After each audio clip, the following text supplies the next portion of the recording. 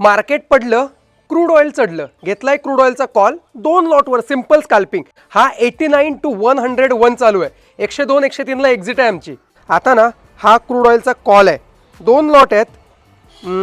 एक लॉट यातला मी बुक करून घेतो. एक लॉट 101 आलाय ना, 102 ला मी एक लॉट बुक करून घेतो. याचा 101.60 101.20 हा होऊन जाईल ॲक्च्युली बुक.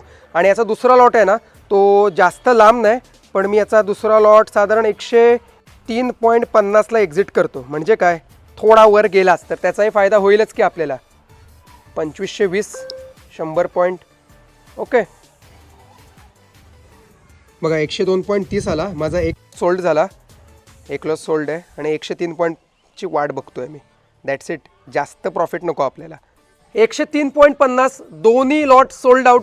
प्रॉफिट संपलं, ट्रेड संपले. आता एन्जॉय.